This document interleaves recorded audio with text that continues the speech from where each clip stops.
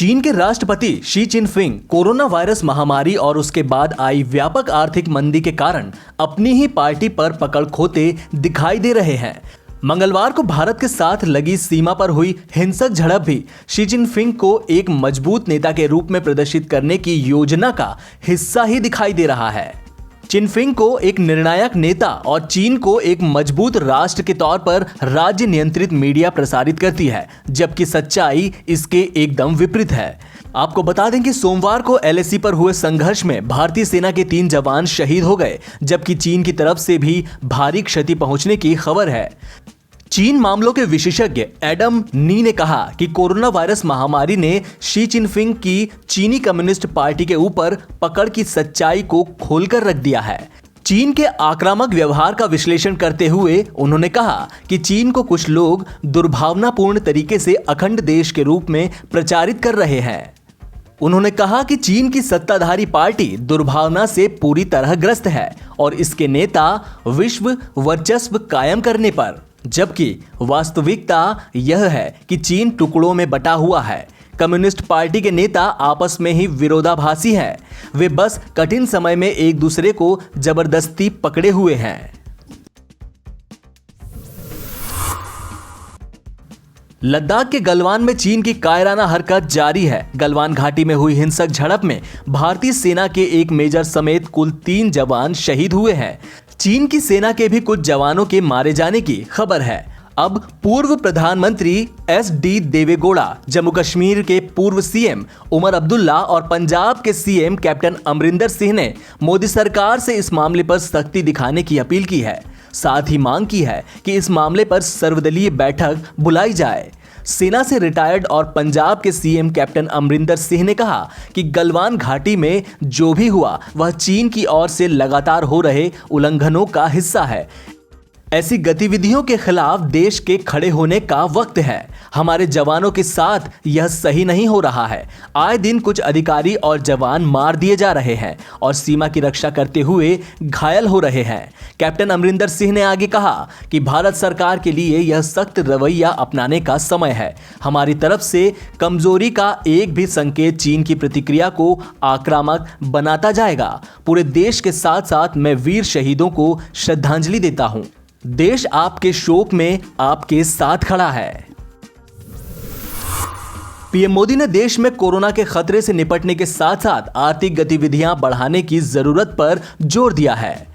मोदी ने कोरोना संकट पर राज्यों के मुख्यमंत्रियों से वीडियो कॉन्फ्रेंसिंग से बात करते हुए कहा कि हमें इस बात का ध्यान रखना है कि हम कोरोना को जितना रोक पाएंगे उतना ही हमारी अर्थव्यवस्था खुलेगी, हमारे दफ्तर खुलेंगे, मार्केट खुलेंगे, ट्रांसपोर्ट के साधन खुलेंगे और उतने ही रोजगार के नए अवसर भी बनेंगे।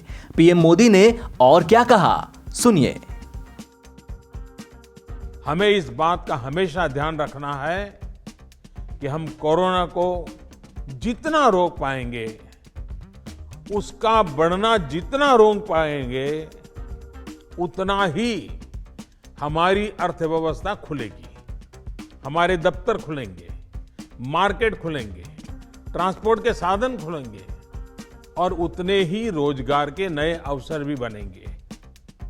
साथियों, आने वाले दिनों में अलग अलग राज्यों में इकोनॉमिक एक्टिविटी का जिस तरह विस्तार होगा, उससे मिले अनुभव दूसरे राज्यों को भी बहुत लाभ पहुंचाएंगे। बीते कुछ हफ्तों के प्रयासों से हमारी अर्थव्यवस्था में ग्रीन शूट्स दिखने लगे हैं। पावर कंजम्पशन जो पहले घटता जा रहा था, वो अब बढ़ना शुरू हुआ है। इस साल मई में फर्टिलाइजर की सेल बीते साल मई की अपेक्षा 2 गुनी हुई है।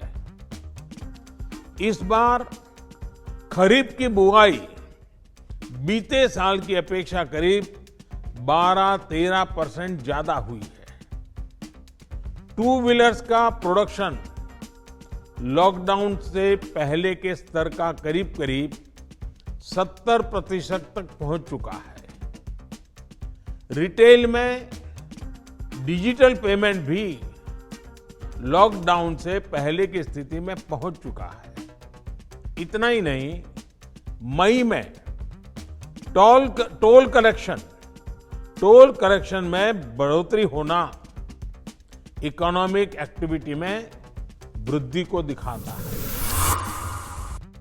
मास्क की बढ़ती डिमांड के बीच बाजार में नेताओं के नाम पर फेस मास्क आ गए हैं। मोदी मास्क की मांग बाजार में काफी ज्यादा है। भोपाल के बाजार में धड़ल्ले से नेताओं के नाम पर बने मास्क की बिक्री हो रही है। दुकानदारों का कहना है कि कोरोना से बचने के लिए मोदी मास्क की डिमांड सबसे ज्यादा है। दरअसल भोपाल में अब बाजार पूरी तरह से खुल गए हैं। अभी तक मेडिकल शॉप पर ही मास्क की बिक्री हो रही थी। अब कपड़ों की दुकानों और सड़क किनारे भी मास्क की बिक्री हो रही है। भोपाल में नेताओं के नाम पर बने फेस मास्क में सबसे ज्यादा डिमांड मोदी मास्क की है। हालांकि दुकानों में राहुल गांधी, सीएम शिवराज सिंह चौहान और पूर्व सीएम कमलनाथ के नाम पर भी मास्क उपलब्ध हैं। ये ग्राहकों पर निर्भर है कि वह किसके फेस से अपना चेहरा ढकते हैं। कपड़ा दुकानदार कुणाल परियानी ने बताया कि पीएम मोदी की तस्वीर लगे मास्क की मांग सबसे ज्यादा है। मेरे पास तो वैसे मास्क की वैसे काफी वैरायटी थी। उसमें से कुछ यूनिक मास्क थे जिसमें कोई हंसता हुआ, किसी की दाढ़ी, किसी की मूंछ ऐसा था।